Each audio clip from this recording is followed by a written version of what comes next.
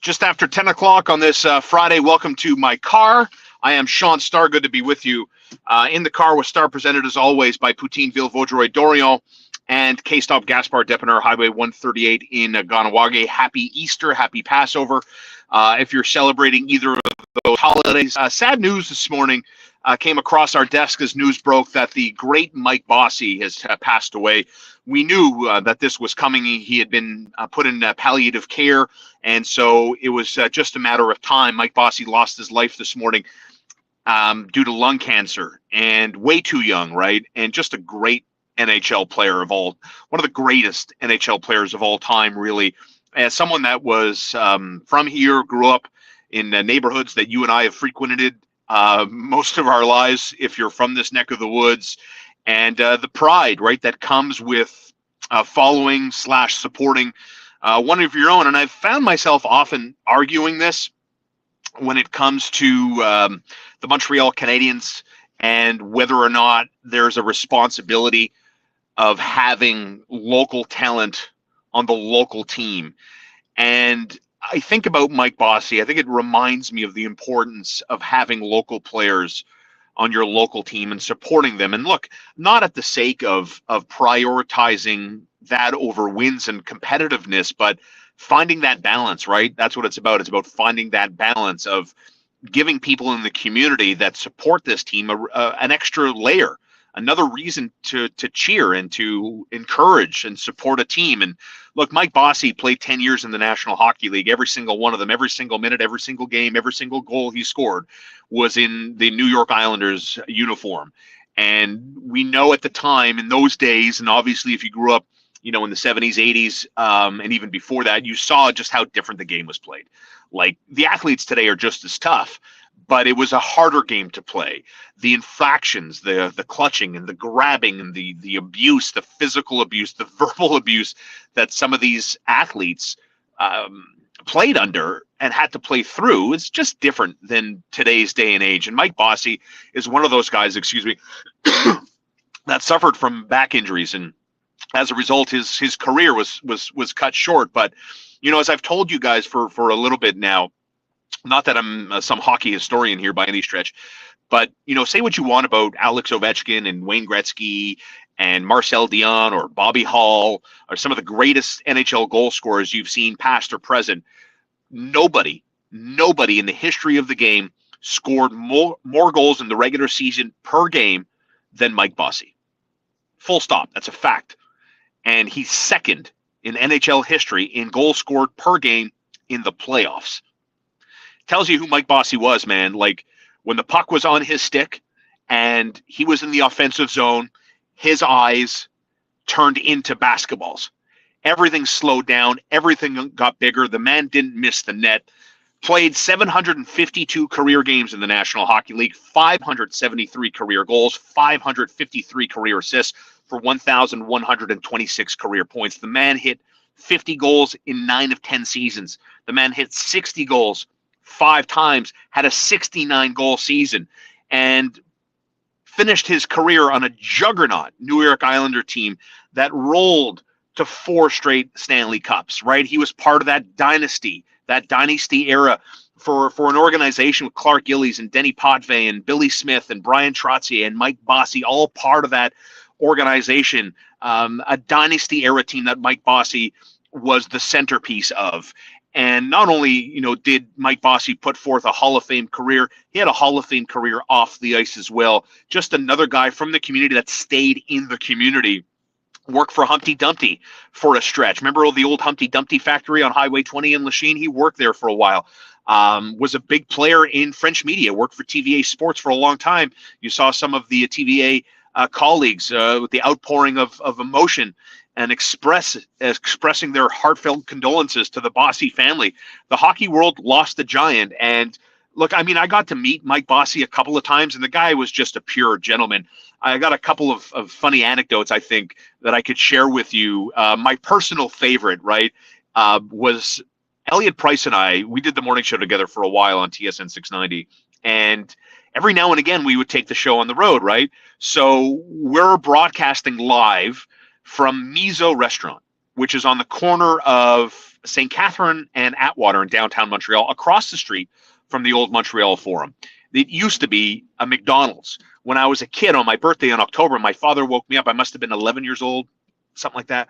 And he woke me up, and we ran across, and he says, let's go line up for tickets for your birthday. It's your birthday present. We're going to go line outside the Montreal Forum for hockey tickets for the home opener for that season. And there was an old McDonald's across the street. And back in those days, you'd line up for tickets if you wanted to go see a Canadiens game, but I digress.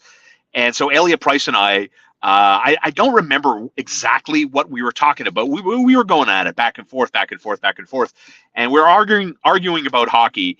And it gets to a point where now the operator, the person behind the scenes, right, pushing the buttons, answering the phones, and all that stuff, they talk in our ears. We're wearing headsets, and we hear from Master Control back at the studio on Green Avenue. There's somebody on the line, guys. Let's go to the phone line. So Elliot, who's hosting the show, says, okay, thanks for that. Apparently we have a phone call. Let's bring them up. Yes, good morning. Who's this? And the person on the other end of the line that is now on the air says, Elliot, would you leave Sean alone? You know he's right. It was Mike Bossy. Mike Bossy. I'm getting shivers thinking about it. Mike Bossy, Hockey Hall of Famer, listening to the show, so much into it, decides to call up the private line, jumps on the air, and takes up my position and defends my position. I'll never forget it. That's who Mike Bossy was, and just a great guy, could take a joke with the best of them. The late, great Ted Blackman, an iconic figure in Montreal media throughout his Hall of Fame career, had a great line about Mike Bossy, and Mike Bossy would laugh his ass off anytime Ted Blackman would bring it up, right? It would be like, Mike Bossy, I'll try to do my best Blackman voice for you. Bossy was such a great guy. I love Mike Bossy. When you go to dinner with Bossy, just make sure he'll never pass you the salt. That's who Mike Bossy was, right? Just a prolific goal scorer again. Number one in league history. Nobody scored more goals per game in the regular season than Mike Bossy. And number two in NHL history, goals per game in the playoffs. So RIP Mike Bossy. May your memory be a blessing. I'll never forget you. And you meant a lot to a young hockey fan starting his broadcasting career, trying to feel comfortable, trying to feel secure, and to have a Hall of Famer call up and have my back, so to speak, I'll never forget it. And it meant the world to me. So I remember you fondly, Mike, and you'll always have a place in hockey history as one of the greatest, if not the greatest goal scorer the game has ever had the joy of watching.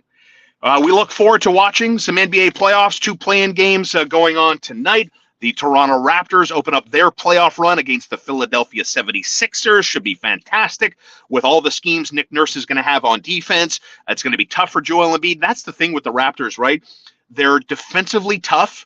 They're long and athletic. And I think that combination gives teams like Philadelphia, gives teams like Milwaukee all sorts of fits, and can't wait to see what the Raptors do.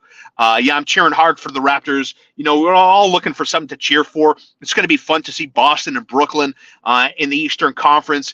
Seeing Steph Curry now had a full practice with Golden State. It looks like he's going to be healthy enough to play in Game 1 of their Western Conference Series opener. So the basketball playoffs are heating up just as Major League Baseball's regular season is in the process of revving up. We saw the Toronto Blue Jays get shut down by the New York Yankees 3-0. Vladimir Guerrero Jr. went 0 for 4 with 4 Ks, my friends. That, my friends, is called the Golden Sombrero, a rare feat in Major League Baseball.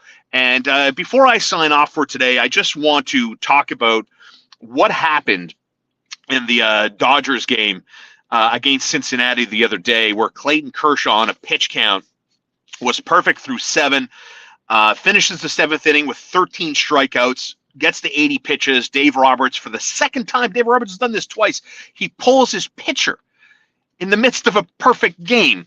And look, I understand that it was the 5th game of the year for the Dodgers, and they were already like ahead. They were already, I think, 3-0 by the time the game was 2 or 3 innings old, and Kershaw was dealing. They weren't going to lose this game. But I don't think analytics really had anything to do with that call. I really do believe that the pitch count had been discussed, it had been acknowledged and accepted. And when they hit the number, they hit the number. And I guess it depends on what side of the fence you're on. I get that there have been over 220,000 baseball games played at the MLB level, and there have only been 23 perfect games in the history of the sport. And we were 6 outs away from seeing the 24th, potentially the 24th perfect game in the history of professional baseball. So obviously it's incredibly rare. We rarely see it. But it was the 5th game of the year. Like, the risk reward, like, I understand the chances were probably small that he blows out his elbow in the 8th or 9th inning here, and that Dave Roberts looks like a fool because he didn't do what his gut told him, and that was to pull the guy. At the end of the day, I do believe that it's more about the team than anything else, even though we were likely robbed of seeing something we really never get to see. But I do think, if I'm a teammate of Clayton Kershaw, if I'm a Dodger fan, I think it sucked in the moment, but when you slept on it and you woke up the next day, you're like, okay, my team won. My ace pitcher looked like an ace. It was the 5th game of the season.